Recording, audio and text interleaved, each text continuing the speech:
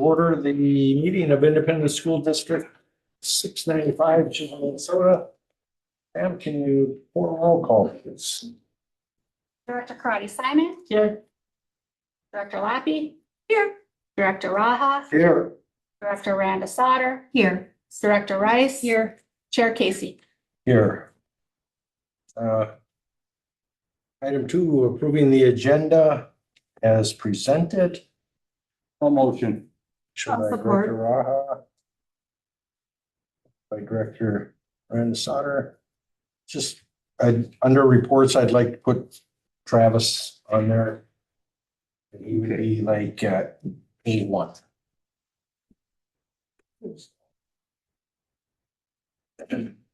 Any discussion? Hearing none, all those in favor signify by saying aye. Aye. Opposed, motion carries. Anybody here for public comment? See anybody?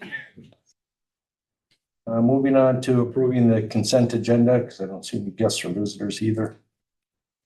The consent agenda consists of minutes of March 9th, 2026 regular meeting. And I want to make note, I did vote no on the consent agenda last time. Accept Blaze Credit Union teacher grant in the amount of $2,500. The sponsorship agreement with Security State Bank for the new scoreboard at $1,000 annually for a 5-year commitment beginning in 2026. Approve the sponsorship agreement with the City of Chisholm for the new scoreboard at $1,000 annually for a 5-year commitment beginning in 2026. Approve the sponsorship agreement with Hannah Aldrich Real Estate for the new scoreboard at $2,500 annually for a 5-year commitment beginning in 2026. Finally, approve the career exploration program funded by the IRR in the amount of $649.50. And this is $288.50 for the transportation and $361 for subs to attend the Transitions Expo on April 21st, 2026 at the Northland Learning Center. And I get a motion. I'll make a motion. Support. Motion by Director Karati Simon, supported by Director Lappy.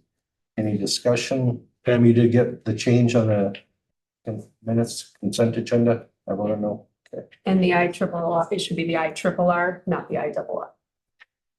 They change it so much. Just don't anymore. Any further discussion? Hearing none, all those in favor signify by saying aye. Aye. Opposed? Motion carries. Item 6, reports. Mr. Vaki.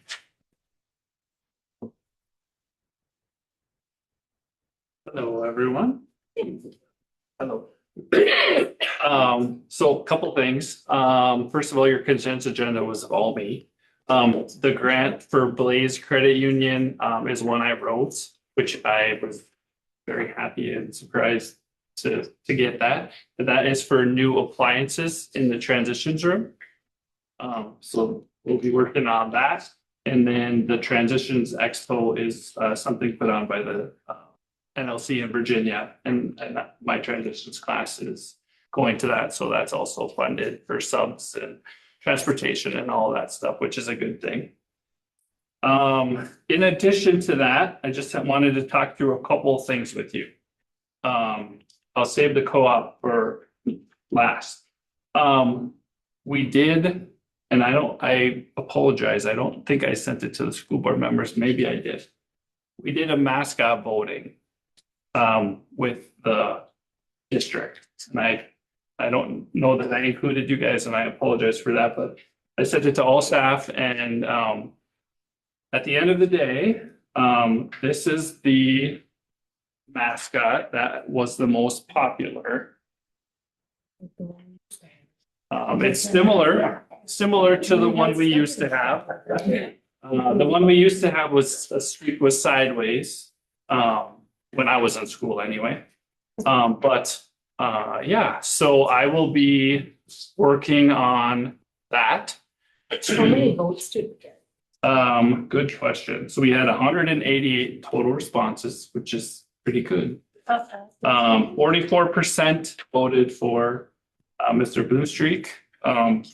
30% voted for the same type of design, except it had a white streak down the middle. And then 20% voted for Mr. Blue Streak, which was something I found that another school had invented. It was kind of like a Popeye, the Sailorman, if you remember that. They called it Mr. Blue Streak. Because we are not the only Chisholm Blue Streaks in the United States, in case you didn't know that. So yeah, so I mean, I think that's cool. I've had multiple kids tell me that they would be more than happy to wear it Nice. and be our mascot. I think it'll be really cool to have that in our new space, especially with the kids a lot closer than being upstairs now. So anyway, just wanted to share that with you. Thought that was a very cool thing and great, great response, which is also a good thing. Any questions on that? Okay, last thing that is on your agenda for me is the emergency co-op with Northwoods for baseball. So you're voting tonight to approve a co-op between Chisholm and Northwoods for baseball. The reason for the co-op is that Northwoods did not have enough kids to field the team. And we had 9 boys register in grades 9 through 12. And so 9 is a number that you cannot run a team with. And so it was no team or work with Northwoods and see if we can come up with a co-op that makes sense for us. The way a co-op works, which we are co-ops with Hibbing and other things, a co-op is approved by the school board at both schools, goes to the high school league, and then it's a standing agreement until we dissolve it. So in the event that we need to continue it for another year or 2 years, whatever it might take to rebuild programs, it doesn't stop at the end of the season. And so I just wanted to get that in front of you, give you the data that I have. Right now, we have 5 Northwoods boys grades 9 through 12 and 3 Northwoods boys grades 7 and 8 that are signed up and ready to begin. So I think it's a win-win for both schools. It certainly helps us. We are the host. Everything will happen in Chisholm. We'll follow our schedule. All the games will be played. Our home games will all be played in Chisholm. There are some logistical things that the AD, Mr. Jarek, and I are working through, and we're going to meet at the conference this week to talk through. And then at some point, Superintendent Perkovich will have reach out to Superintendent Reggie to talk about cost sharing for that. Typically, just like in Hibbing, whatever piece of the pie your kids occupy, that's typically what your school is charged. So normal rules would apply. The high school league was gracious enough to say they would grant this for us, even though in a typical year, it would require a 30-day notice that we were going to do this before season starts.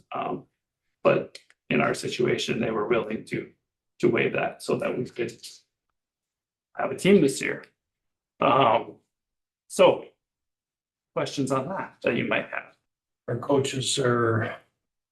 Yes. Mr. Pramazino is actually who brought it to me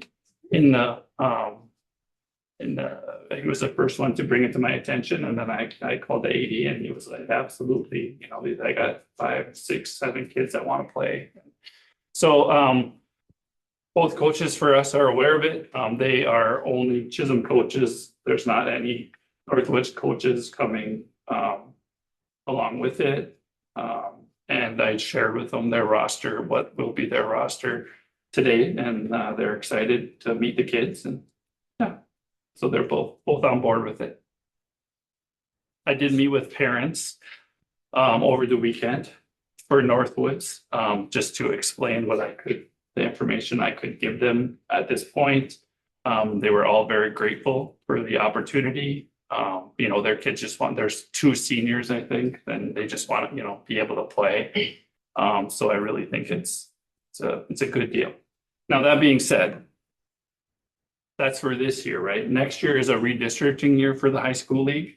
And so I don't know what our number is gonna look like for baseball when they set the number for what class you play in. Typically, the way a co-op works, you take the host, the full enrollment number from the host school and half of the enrollment number of the co-op. And so when they put us and half of Northwoods together, I don't know if that bumps us to class 2A or not. That's something that we'll have to look at next year, and then kind of decide if we want to continue. Obviously it's going to be number dependent. Right now, we don't have a choice. We would need that and to continue to play baseball. But that's kind of next year will determine where what competition level we play in our section for the next 2 years. And they're also redistricting next year, which means they wipe the map and they redraw the lines. So section 7 could look very different, or region 7 could look very different next year than it looks this year. It just depends on the schools and the enrollments of those schools and what makes the most geographic sense in a way. How often do they redistrict? Every 2 years. For all sports? Or Yes, for all sports. So for example, like football is different than obviously baseball or basketball. Football, because there's a 9-man class, your number can be lower and you fit in the 9-man realm. Well, there's no 9-man in basketball, it's just A, double A, triple A. So depending on the classes in each sport determines where you fit in, and we're single A in everything across the board. Like I said, this maybe could change, but we'll see what the enrollment numbers look like next year. And then the last thing I'll mention on the high school league is they changed their formula in how they are going to determine your level. Prior formula was based on MDE numbers that were submitted in October the year prior. Starting next year, what they've decided to do to try to fast track letting schools know where they're going to land, they've decided to take a 2-year average. So they're going to take the enrollment from 24-25 and the enrollment from 25-26, combine those two and average it out, and that's where we're going to fit in. So in regard to football, I know we're not talking about football, but in regard to football, I don't know that we would make the cut for 9-man yet. Just because we've been single A last year, we were single A this year. I don't know if our average of those two would bring us below the number for 9-man. So just something to keep in the back of your minds as we move forward in the next year. What that might look like. So Travis, how many seniors do we have this year on the baseball team? 2 seniors. We have a fair amount of juniors. I want to say 4 or 5 juniors, and then a couple of sophomores and actually 1 sophomore. Shay Showalter's the only sophomore that we have, and then a couple of freshmen, and then a couple of younger Simons on the way. Which might get to play a major even. They don't have, it's nice about the Travis, and maybe, we'll see how it works, but there's been I don't know how many years it's been since we don't have a JV team. And so you don't have a B team, I feel like you kind of lose some of that development if you have to skip over, that Sure. 9th and 10th, before JV might play and then varsity would play, so if it works, it might be nice to make to support that again, so. Yeah, and just normal conversation with the Northwoods AD. I mean, I think he's hoping that we're willing to do this for a couple of years because they're in a rebuild mode too. And so we'll see. Yeah. But we have a good number, 8 of them coming over this year. It'll be a good feeling for us and a good experience to test it out. But Go back to this. yes, Do you go through like with the cheerleaders too? Isn't it usually cheerleaders who kind of take this mascot under their wing? And isn't that? Potentially, I mean, that's how it used to be, yes. So. I would mean, imagine that we would probably still Did you have that. go, but is Marissa still in charge of the cheerleaders? I mean. you Yeah, never- they were all able to go. Oh. Yeah. I they mean, were because all I able to would vote. make sure you check with her because I think I got a feeling that she's gonna end up with this little mascot on her side. And so I would really hate to have her not, just like say, here it is. I mean, I would definitely. Yeah, think you should and not. like I said, there might be some modifications that we make. It's just, that's the general, Yeah. I like they have kids that are willing to do it too, because I'll help Marissa. Yeah. Right. That's it, because if that, sometimes that kind of stuff just gets dumped and it's like. Well, she's actually, I'm not gonna say it was her idea, but she approached me a couple of times to see if we still had the old, and I Well, I don't know that what one was happened to it. dangerous. I can tell you it wasn't in the old seat. Yeah. Yeah. But yeah, she's well It's in aware. a tunnel somewhere. It could be in the tunnel. Well, awesome. Any questions of Travis? Any further questions? Travis, I hope you can want something out. Maybe try to get one game up there. I'd like to see us be a little more receptive to the co-op than other communities have been receptive to their co-ops. So All right. These two. Thank you. Appreciate it. Yeah. thank you. Next on the reports, we have committee reports. However, we'll jump to Darren Langren, our American Indian educator. I was asked here to just give you an overview of what we got going on for the American Indian education programs. But first, I'd just like to say thank you for your employment. Despite the money, it's given me tons of opportunity to hone my skills in instruction. And it's helped me at home with my children, working in the school. So tons of opportunity. There's a positive in that. Yeah. So I'll just jump right in there. So my position is funded by the Minnesota Department of Education, and the feds have a hand in it too. And our parent committee agreed on focusing on the Minnesota's 6 areas that they decided we should focus on. And within each one of those, our parent committee decided on all different ideas. The first one is to support post-secondary preparation for American Indian pupils. We decided to have a one-on-one interview model to engage students and get them interested in careers by using, it's a simple survey, mynextmove.org, which I've now become aware of some better surveys we can do. And I've found out that the students aren't very responsive to the survey. You're going to have to go to them to finish the surveys. Once that is done, we want to develop packages for them to reach out to businesses, colleges that specialize in things like that, get them out to the job sites. With that being said, we haven't done that yet because we finished the interviews. So this will be activity towards the end of the school. For the kids getting ready to graduate, I'd like to establish, or I'm working on right now, a scholarship, American Indian Scholarship Database. A lot of the students don't know there's a lot of scholarships and special ways they can go to college without paying a dime and maybe even getting extra money. So we're going to do a lot of surveys within each of these areas at the end of the school year because the state of Minnesota wants to see data. Second area, academic achievement of pupils. The parent committee thought that there was a lot of attendance issues. So I reached out to the transportation director at the time and got the training to utilize the vehicles. And we took the idea from the Minnesota Department of Education, Indian educators. They suggested that getting them to school is the first step improving their grades. And sometimes you have to get out there and just rustle them out of their house. Native American people are a little shy. And if you're late, you don't want to come.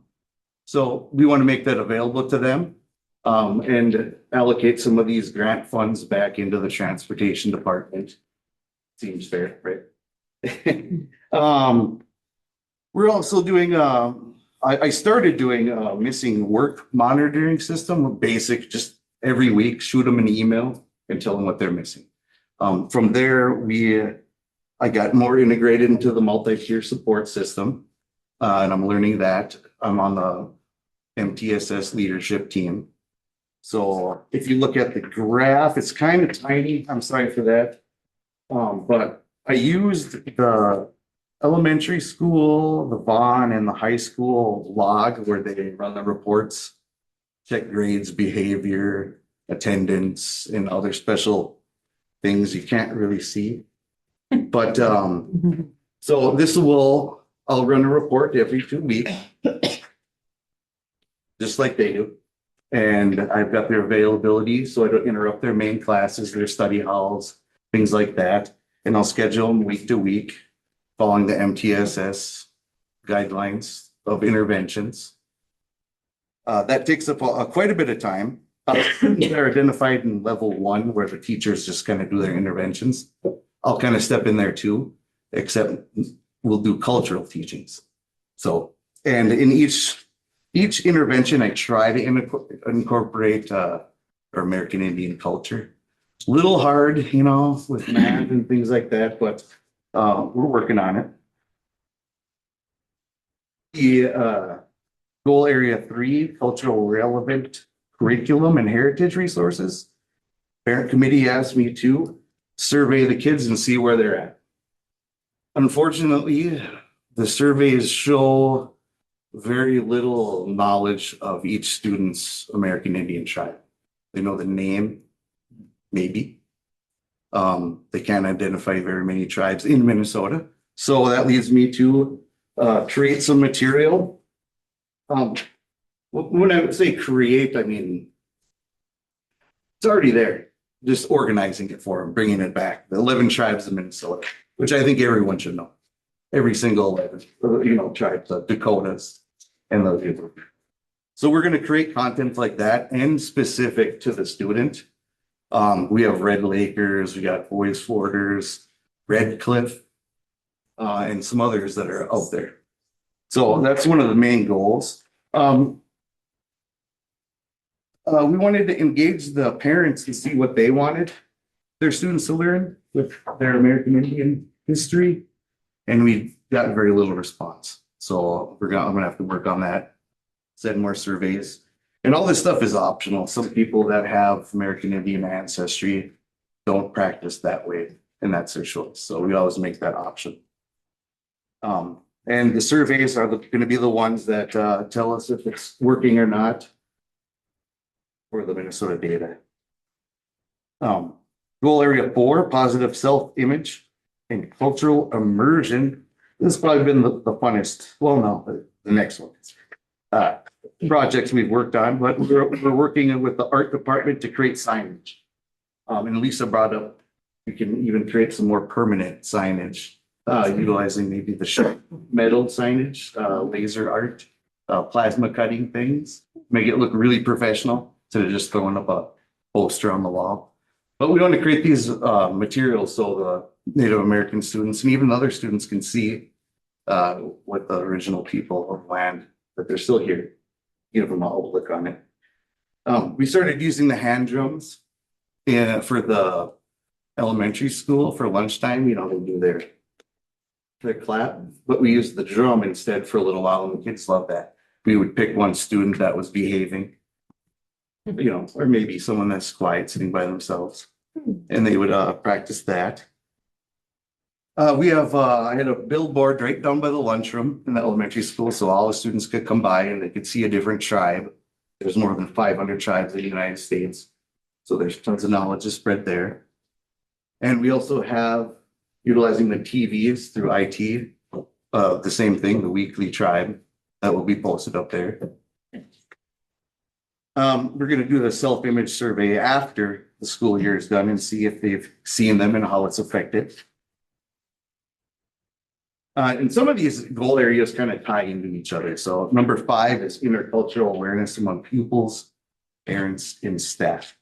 And that was really the biggest event that's coming up will be Honor the Students Powwow over at the Discovery Center. We have a couple of school districts that are all pitching in, so hopefully it should be very big, advertised and well visited. We did have the Anishinaabe Club in the works, but it has to be rescheduled due to all this other work that I started doing. We don't want to interrupt any of the class core curriculums, so we're looking at after school activities, scheduling buses, because sometimes transportation is a problem.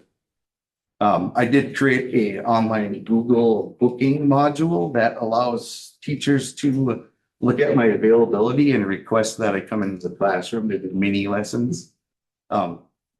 Specifically with the elementary, I created learning chunks with different Native American artifacts and hides and things like that I could move to the other school. It'll be a little easier now that we're all located here. So we also had a Native American Heritage Awareness little mini museum tour in my classroom at the old school, where we set up a whole bunch of artifacts, our cradle boards, the big drum, our 7 grandfather teachings, all that stuff that in each class got to come in. Sometimes I wasn't there doing other job duties, but it was open. Everything had descriptions, and I put all the images online. So if anyone missed it, I can send you the link and you can do a virtual tour with pictures. So you can see we did a whitefish netting simulation. The kids got to learn about a couple different fish. Almost all of them identified walleye. None of them identified the whitefish. But I actually strung across a whitefish net in the front. And they get to put the fish in the net and learn how the gills get caught, things like that. They learned why we do it.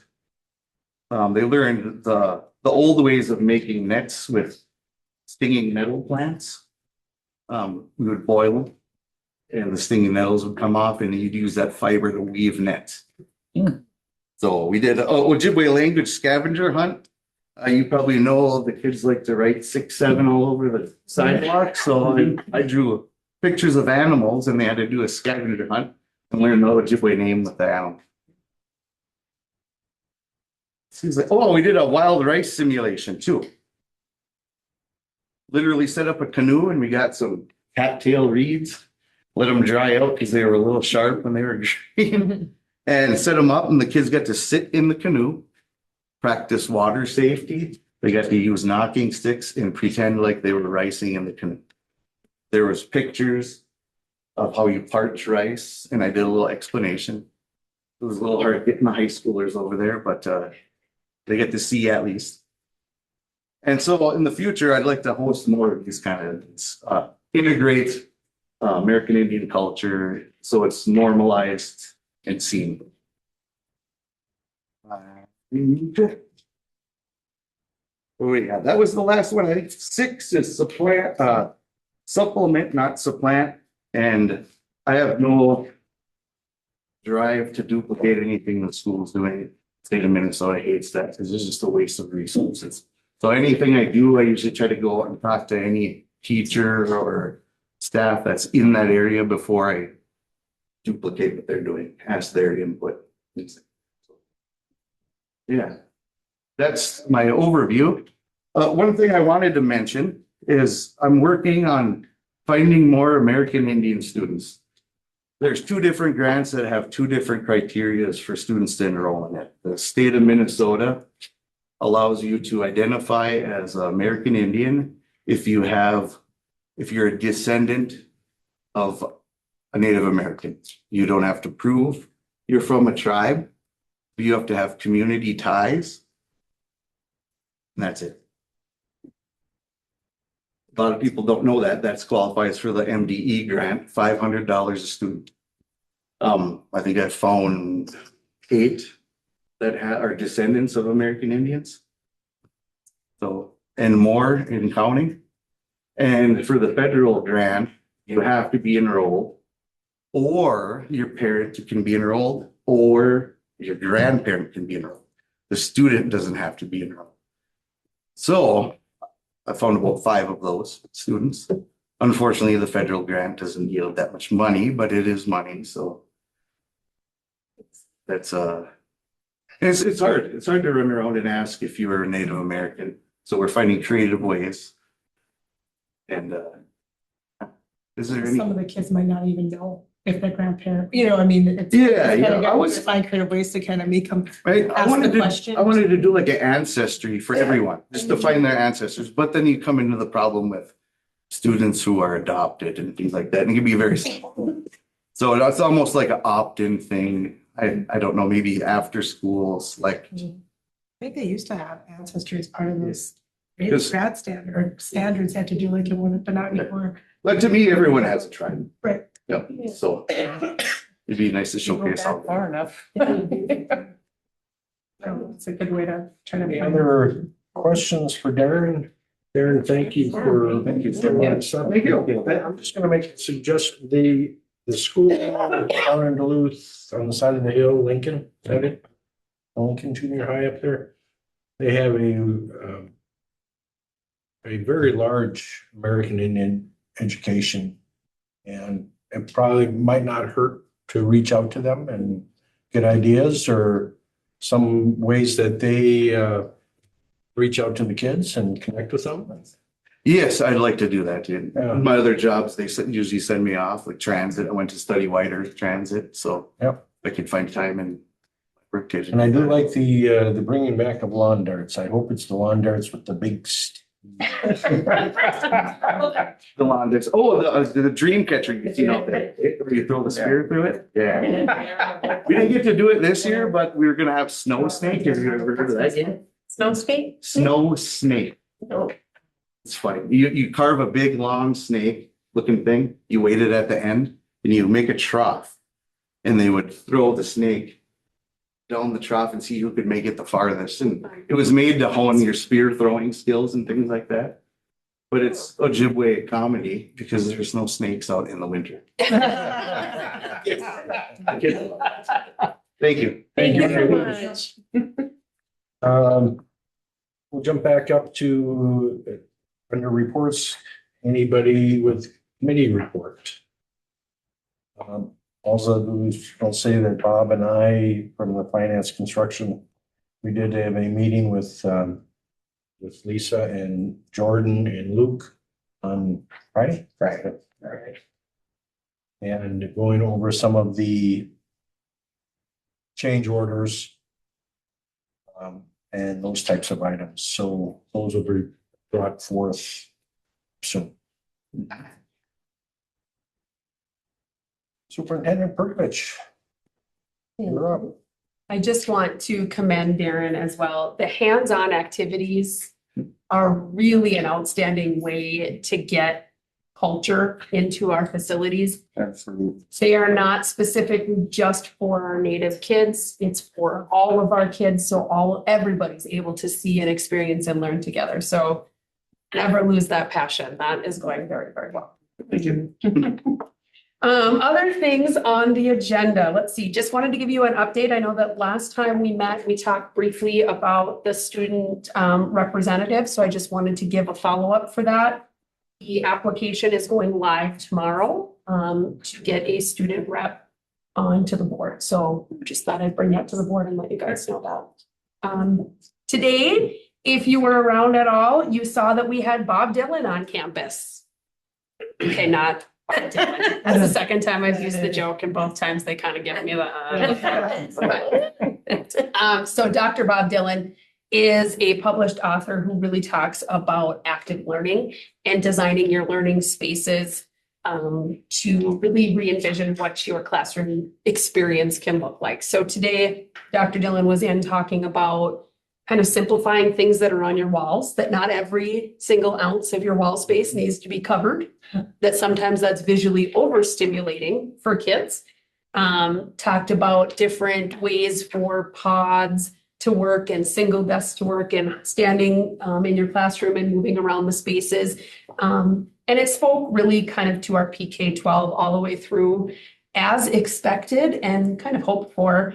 our 7-12 teachers started asking the question of, all right, well, are we gonna get some stuff to be able to do this, right? Are we going to get new furniture? Are we going to get more screens in our classrooms? Many of these classrooms still have blackboards in them, not even whiteboards. And so there is some work that does need to be done. There is some money that is sitting in the budgets. But that's something that we'll want to keep an eye on over the next couple of years, is making sure that we're moving forward at the high school side too. There's some energy around that, but that was our last PD for the year. I'll kind of default over here to one of our teachers, but it seemed to be relatively well received. Is there anything you wanted to add to that? I think it opened a lot of eyes of what they have in their rooms, what they have at their walls to change things on when you come over to the new building. Yeah. Ideas, yep. And that it's okay Start- that there's white space on your wall. Like you don't have to have every single surface covered. And so that was interesting. Basically, what he said too is that the more that you have all that up before the end of the year, the kids don't even realize is it doesn't help them learn anymore because they've just, it's kind of like, Absorbed it. he compared it to like telephone numbers. You used to memorize families' numbers and you used to know their numbers. Now you don't even have to know their numbers because you just click the button. So it's kind of similar to that. He said, like you're looking at all those posters over and over and over. Before you know it, you don't even know what they say anyway. Because you just. I still know those sort of. They become part of the environment. Yeah, yeah.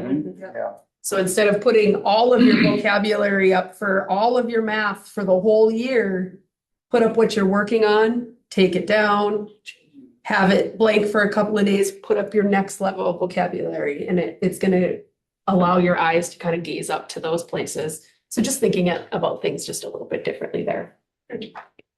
On that note of environment, I have looked into the lights in here. We know that they are low. These apparently are a very specific type of light. So we have to change out all of the lights. And we are waiting on a quote back to see if we can make them any brighter in Why here. would they have put that kind of light in here? I do not know. I mean, you're always told, if you don't have light, you're gonna go blind, right? And they're reading, it's a library. It is a library. Yes, I understand the dimming effect is calming, but it is a library and we may want it to be a little bit brighter. Yeah. So that is something we're looking at and we're hoping to see. I did have a couple of community members reach out because we hadn't been able to post the videos online from the board meetings. So they are being watched, just so you guys know. We had some people very, very concerned that those weren't there. We explained that it was part of the transition. So this one is being taped today. I'm sure Pam will have it up and ready to go tomorrow. But in case you're ever wondering, you do have an audience that wants to see what's happening. So, okay. Over the last week or so, I've taken the opportunity to meet with each one of our custodians on a one-to-one, called them into my office and had some conversations about what's working, maybe what's not working, preferences for roles as we move from 3 facilities into 1. And it's been very interesting. The trends jumped off the page very, very quickly of some of the things that we need to think about doing to kind of improve the working environment, improve the working space, improve the working expectations. We've had some great conversations about where they want to work, types of equipment they'd like to see brought in, different things like that. So we'll be bringing some of that forward, but I do want to have the opportunity to follow up with our operations lead before I publicly go over what those are. I just want to make sure that I kind of follow up with our lead before they go too much. Okay. Other things to talk about. We'll talk a little bit about a grant ask later, the bus garage later, the auction later. So a couple of other things just for me to update you. As you know, the CE building will be coming down. But both the Hibbing Police Department, the St. Louis County Sheriff's Department, and the Chisholm Fire Department, all 3 of them have reached out.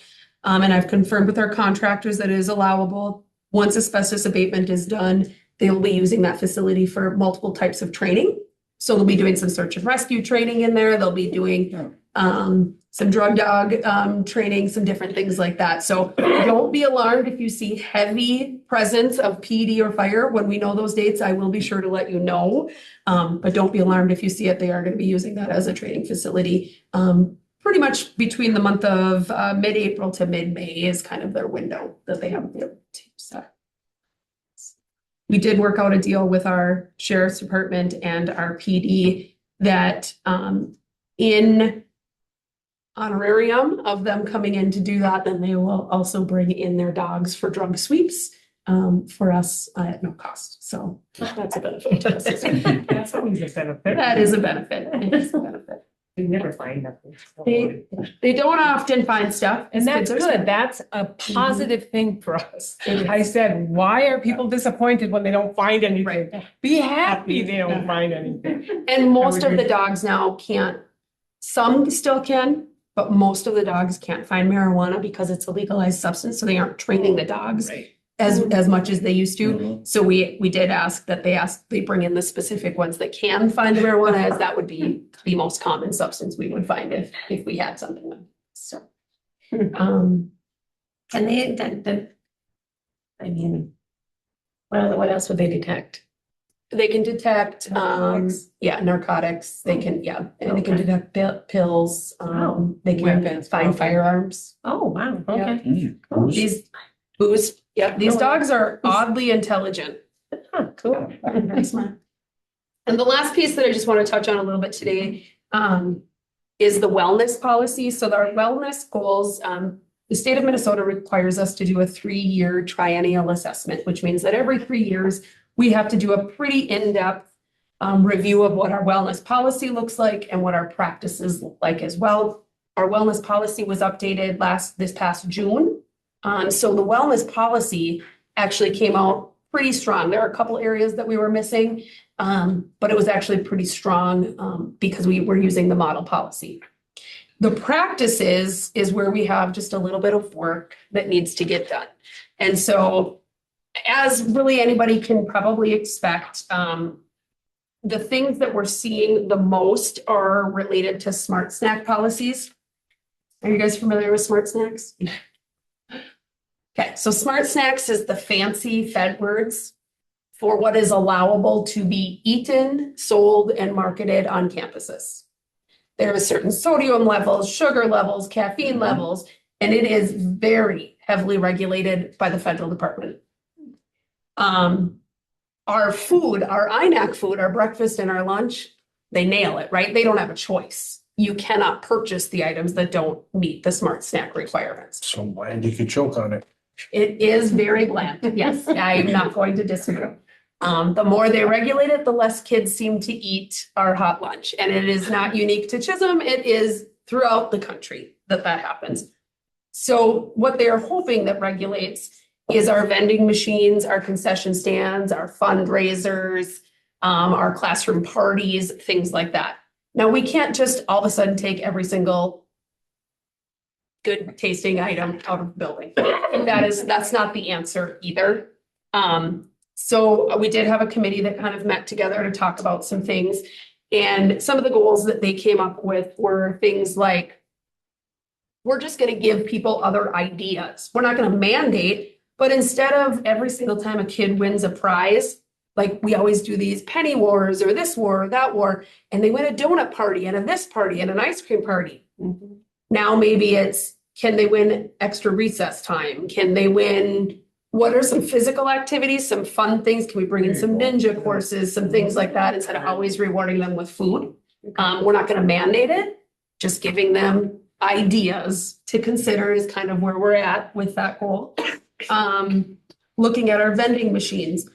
We don't want to just take out everything that's ever been in the vending machines, but can we make sure that there are a couple of items that do meet smart snacks in there? So if you do have somebody that is on a health conscious, looking for a health conscious opportunity, that those are available, because our vending machines right now don't have those. So just adding a couple of options. Same thing with our concessions, leaving our concessions alone for right now, just adding a couple of options that if they would like to buy something healthy, that healthy option is there. It could look like string cheese. It could look like a cup of applesauce, different things like that would be available. So that's the vast majority of where we're kind of looking with our different wellness policies.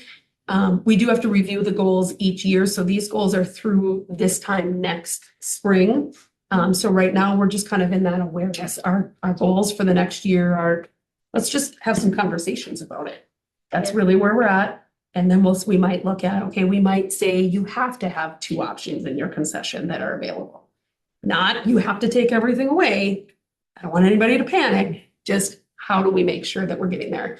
When we're doing all of our fundraisers, like, do we always have to sell cookies? Or could we sell something else out of the transitions class besides cookies once a month? You know, what are some different My options? that we God, can do? what are the Girl Scouts gonna do? I know. My kids love the cookie sale. Like, I know. So just wanted you to be aware that that's something that comes out. I think that's gonna be an easier transition than you probably even think, because I think there's a lot of parents out there raising their kids right now To be a with little healthier. that Yeah. in mind. Yeah. I know, my. It's gonna be harder on the staff. If I took all the good treats out of the vending machines, oh, we might have a staff revolt. So we are not interested in that model. I'm publicly saying that is not happening, right? But we do maybe need to add some other options in there, that maybe it would be okay to have a flavored water that isn't full of caffeine. That's also in the vending machine. And I just had this conversation. So that's kind of a big thing coming out. So that email you'll see go out. Right, beef jerky, although some beef jerky is not allowable because of the sodium content. Yeah. There's the no sugar. You're supposed to have baked chips, not the regular chips, which again, just, I don't really like them, but Yeah. some people do. I can't help. So any questions on any of that stuff? All right, I think that's plenty for now. I'll pass it back to you. Thanks, Lisa. You know, Darren brought up something about, and Travis, about our enrollment numbers. Do you have our? I do have your enrollment numbers. So your enrollment numbers right now, based on FY '25, we're down about 10.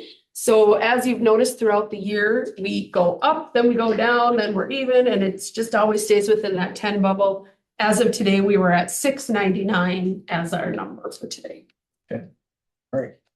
Thank you. Any questions for the superintendent? Moving on. Under personnel. Item A, approve the hire of Richard Baker for job number 306, substitute custodian at a rate of pay of $18 an hour. Motion. Motion by Director Crowdy Simon, Support. support by Director Rice. Any discussion?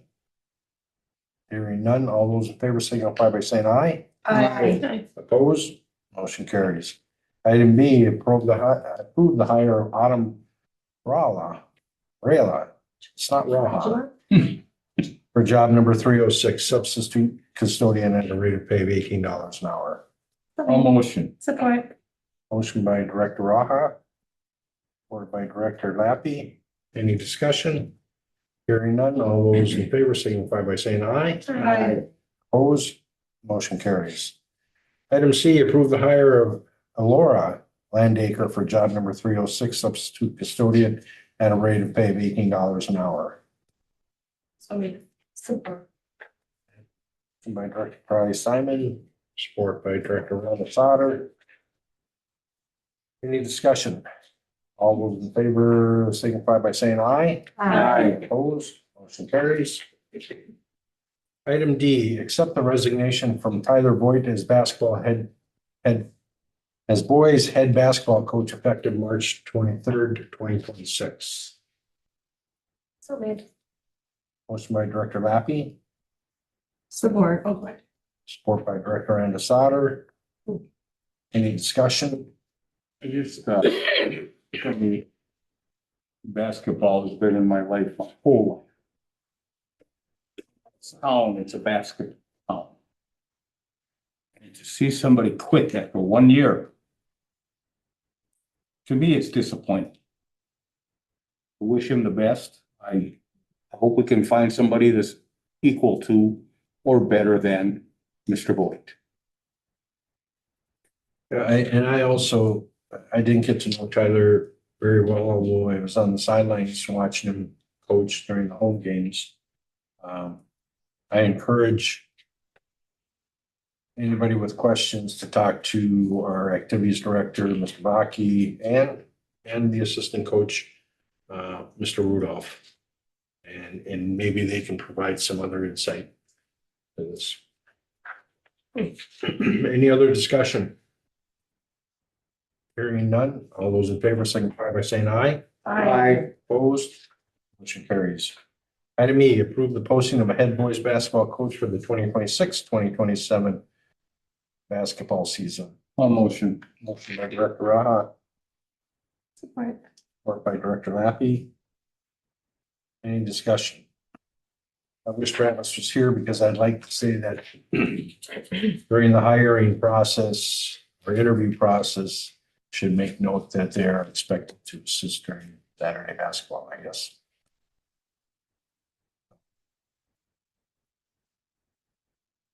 Any further discussion? Hearing none, all those in favor signify by saying aye. Opposed? Motion carries. Item 8, to approve the baseball co-op with Northwoods High School, ISD 2142 for the 2026 baseball season. I'll motion. Motion by Director Ansata, Support. support by Director Raha. Any discussion? Hearing none, all those in favor signify by saying aye.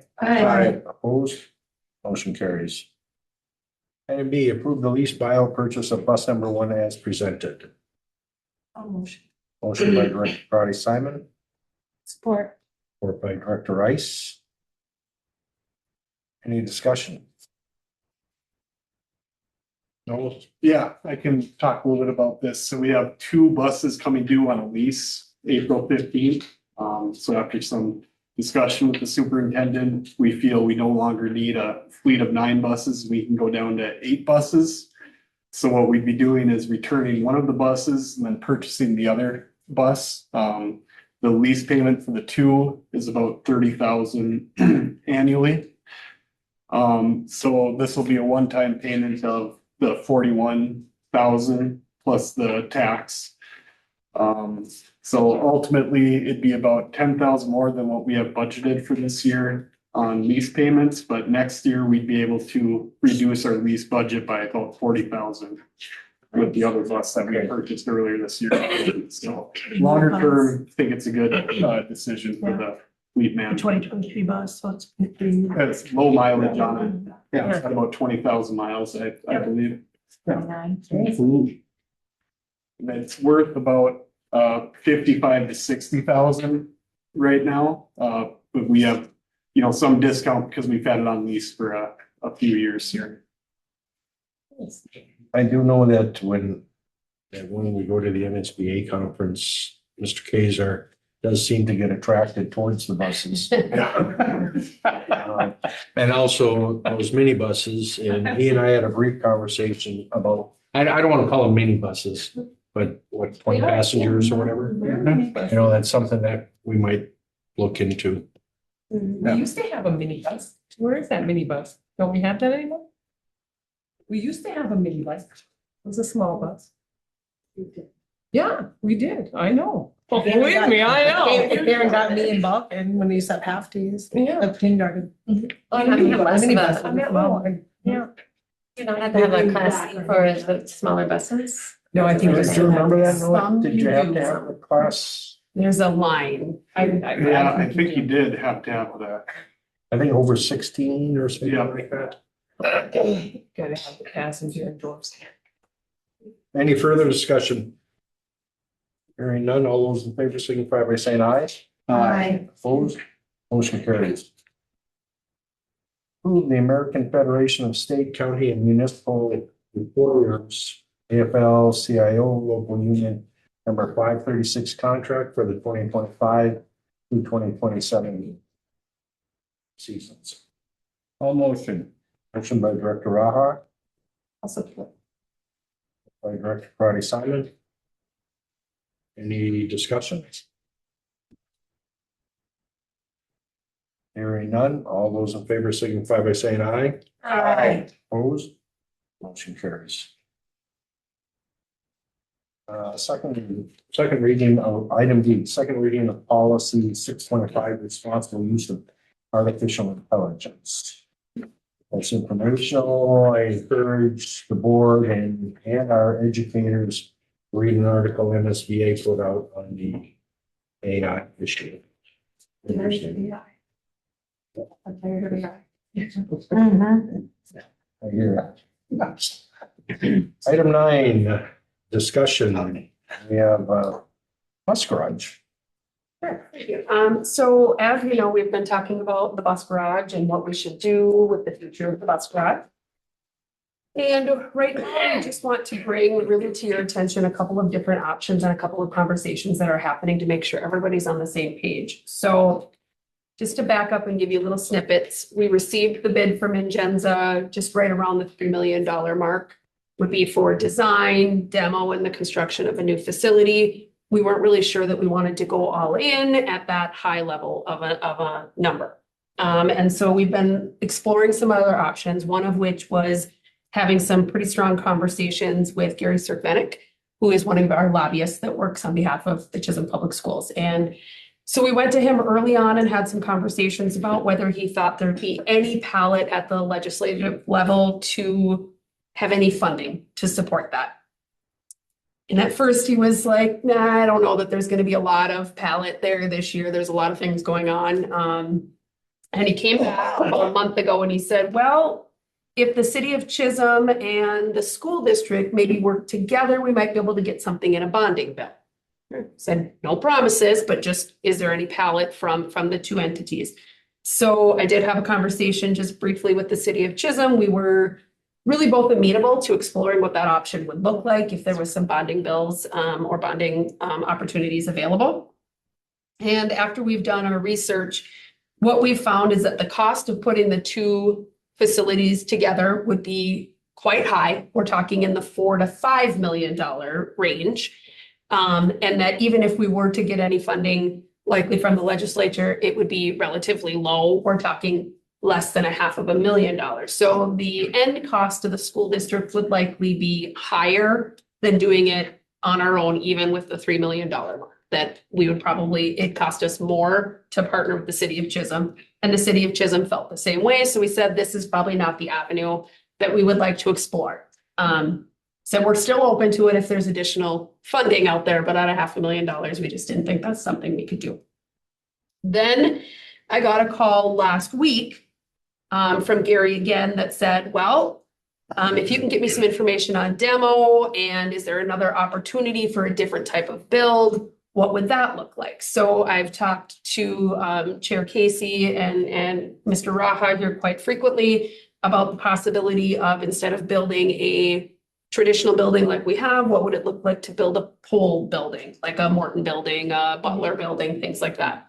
So Noah and I were a little outside of our scope, but we leaned on Pam a little bit to set us up some meetings, and we had some meetings early on last week with at least a couple of bus companies. And the first one, like Economy Garage, for example, came in and said, we can't even build something of that size. This is well beyond the scope of something we could do. So we started to have some additional conversations. There does look like there's a couple companies that could do a pole building. But that's where it left us with, we need to make some determinations as a board of which direction we want to go. So this is, we don't want a motion or anything today, but really what Gary is saying is there might be some money to help with demo. There might be some money to help as a matching grant. There might be some legislative dollars.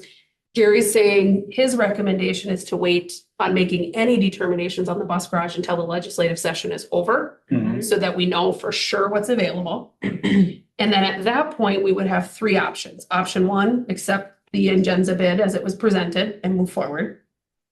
Option two, do nothing or do the tuck pointing option as presented. Or option three, go out for an RFP to find out what the build, because they would have to design, demo, and construct.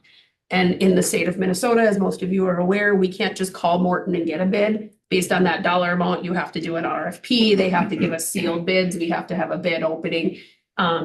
So Noah and I basically are coming here today to find out, do you want us to proceed with writing an RFP so that that process is heading in that direction? Do you want to wait on opening up any of that until after legislative session?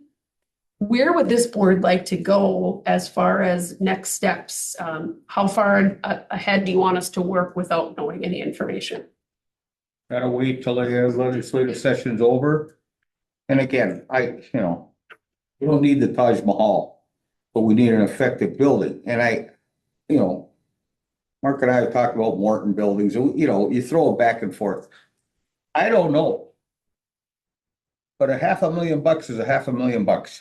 And the city of Chisholm, they're having their own difficulties, but I think that we wait and let Cervenic and Anderson do their job and do some more work. Because you don't know. You just don't know how they have an inn down there that's second to none. And They do I've their jobs well. experienced it. And they're all known. They're known down there by all the legislators. So I would wait. That's just me, and the session's over in May.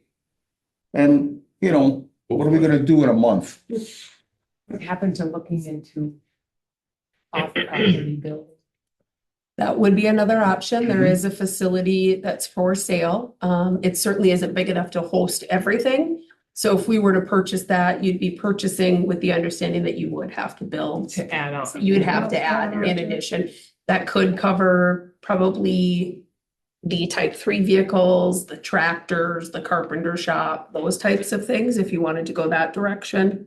And then look at building later or leave this bus garage here until we make a determination. That's an option. And But we we haven't would heard- also need to know from the city if we can even do that, because that's an industrial park only. I have spoken with Stephanie Scraba and that was amenable to them. It met code of what they needed to do. Has Okay. anybody tried again with the property down by the lake? We did have a few, we had one of the realtors that showed us that facility, look into it, and there was not even a return phone call there.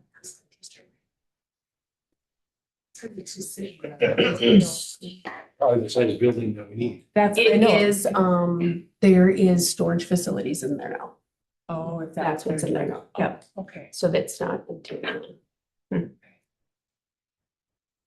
of lead time do you know you need to do with RFPs?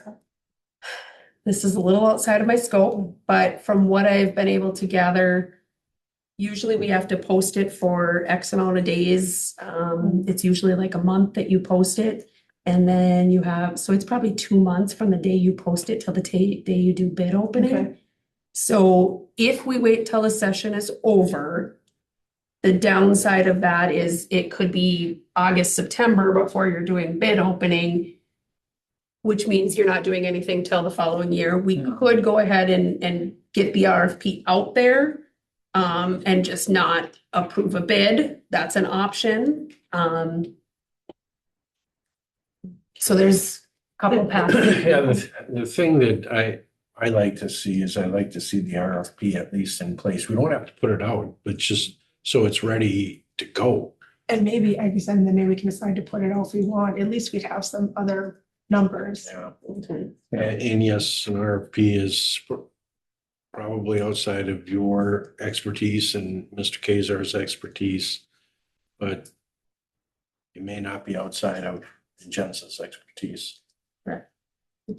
We've had just a brief conversation with them, nothing in stone, to ask what that would look like to have them help us with that, not be project managers, not be a construction manager, just kind of give us some consulting guidance. They are interested in that. If that's something you'd like me to find out more fees on, I certainly can look I into would that. say, yeah. Just partly because our familiarity with them, they're familiar with the project and the property. And how much. Yes. So we just wanted to bring that to you today, just to make sure that everybody's kind of staying in the loop with the communication of where we're at with that stretch. Lasted this long. Appraisal of the Von Steffens route. I'm going to defer a little bit to Mr. Kaiser. Yeah, so I have reached out to a couple appraisal companies, one out of Duluth, FI Salter. And they quoted me 4,500 with the 4 to 5 week time frame. And then I also spoke with Cole Appraisal and Consulting out of Evelyn. and they quoted me more in the 6,000, 7,500 range with the 8 to 10 week. But we had a lot deeper conversations about the property of the Vaughn and some of the complications that go with it, including the cell phone tower and the lease that's on that property. The potential annexation that's been discussed and splitting of parcels and the zoning and marketing. And with them being a consulting company as well, the 6,000 to 7,500 would include, consulting fees to help us understand, how we should be viewing this property in order to have the best return possible for the district. So just wanted to get a little bit of feedback from the board. If that's a direction that we should go with to get some additional help with understanding what we can do with it. I think getting a breakdown from the appraiser of exactly what that 6,500 covers, this portion is for the appraisal, this portion's for the consulting. I think having just broke down, so there isn't hidden fees. You took And I- the. And I would, I was gonna say, I would have anticipated it'd be anywhere around $5,000. It was kind of. It's commercial. But I think before we worry about if, like, what we can get for it, is it anything that's gonna benefit us or not? And I know Lisa was gonna, I do not have an update. Okay, yeah, because if it's something that any monies that we get for the bond goes into, or goes back to the state of Minnesota as some sort of school trust, then what do we care? We don't need Just to get rid of market it. Yeah. Right, then we want to know like what, how we can market it, what we can do with it, but I don't necessarily think we need to spend, $7,500 with the consultant. And it's like, but if it can benefit us financially, then we're gonna see a little return on that. And would it be cheaper? Did they have a fee for just appraisal? Just the value of how it sits right now? I'm guessing it'd be comparable to the Right, it's the 45 to 5,000 Okay. range, but she also said, in order for them to have an effective appraisal, they need to ask these questions and go through that anyway to understand, so. Mhm. Yeah. There's a lot that goes into those. No, they are, that's. And then you get that's somebody a lot out of Duluth and Commercial appraisal. that's you get one the of hidden the- costs of mileage. No, and I'm familiar with COLA. That's the only one I would have known of that would do commercial, up here. Mhm. I've dealt with the company in Duluth too, but And have COLA we heard from appraisals is consulting? local. I mean, is there any? Nothing. To city, nope. No, I kind of fell on getting our school lawyers or our, can't remember her name right now, the lawyer that was familiar with the case. And it talked to her about 3 weeks ago and she assured me that she'd look into it and get back to me and I haven't heard anything, but Jackie said, no, that seems like maybe an appropriate timeline.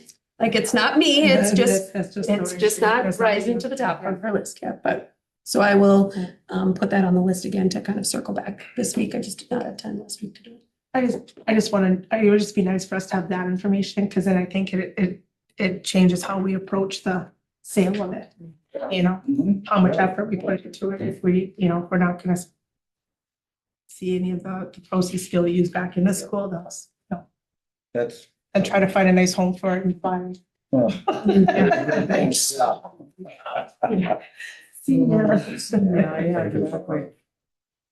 Well, lost. When we eliminate that building from our inventory. Yeah.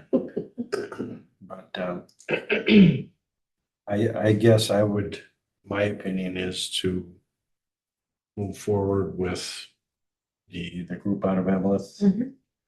And that's within your purview to sign on.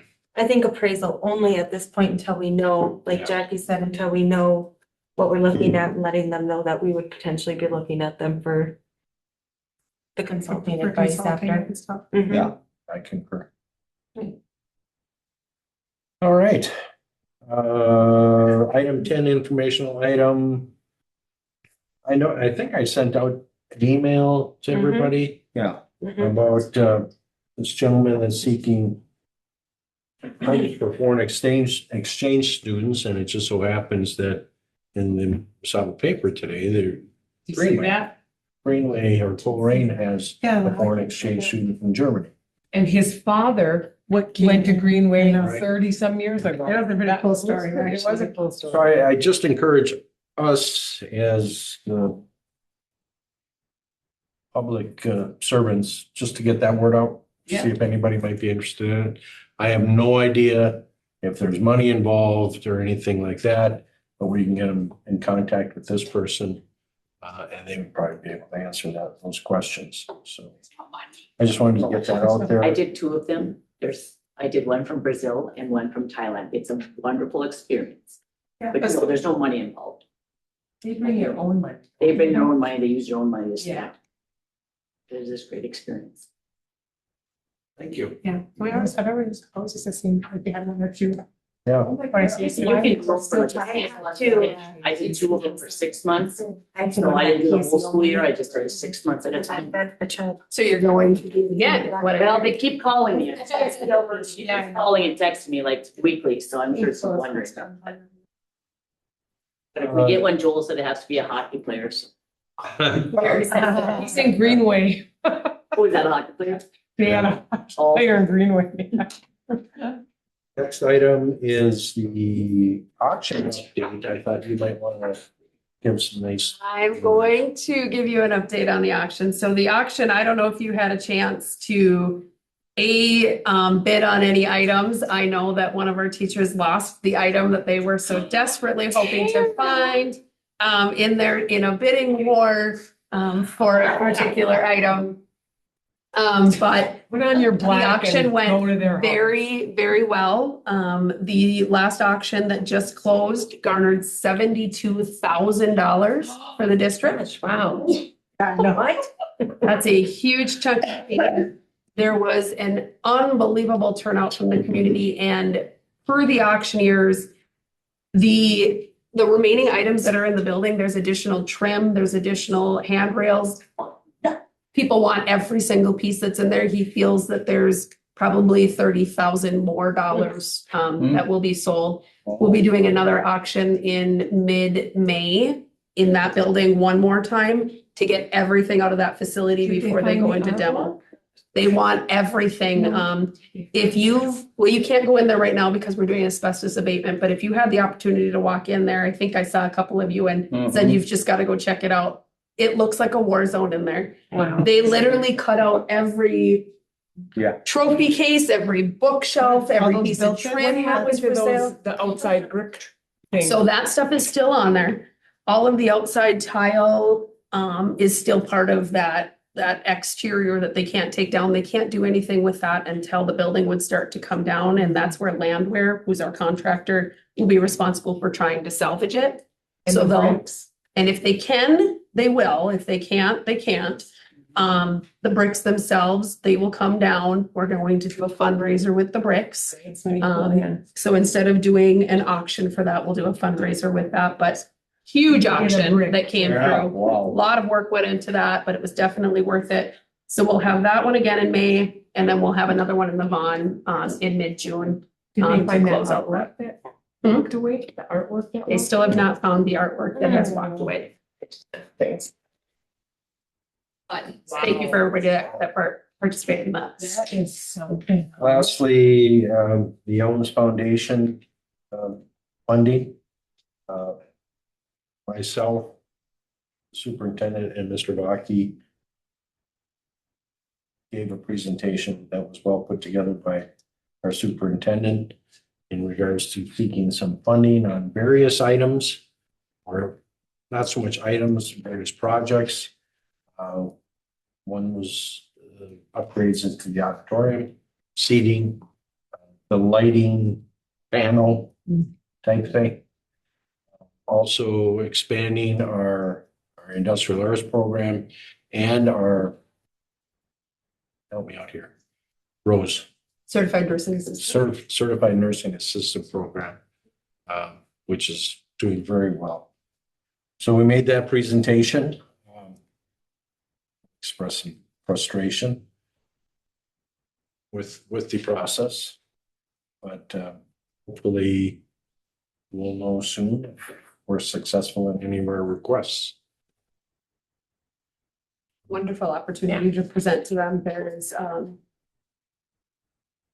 There's a lot of desire to give back to educational and community institutions, so we're hopeful. We're hopeful that, you know, we talked at the beginning a little bit about needing to see some upgrades at the high school, and everything that we pitched in this grant is about upgrades at the high school level, so. Does anybody else have anything to pass on? Okay, hearing none, I'll entertain a motion to adjourn. Made. Motion by Mr. Raha, supported by Director Bobby Simon. All those in favor signify by saying aye. Aye. Opposed, motion carries.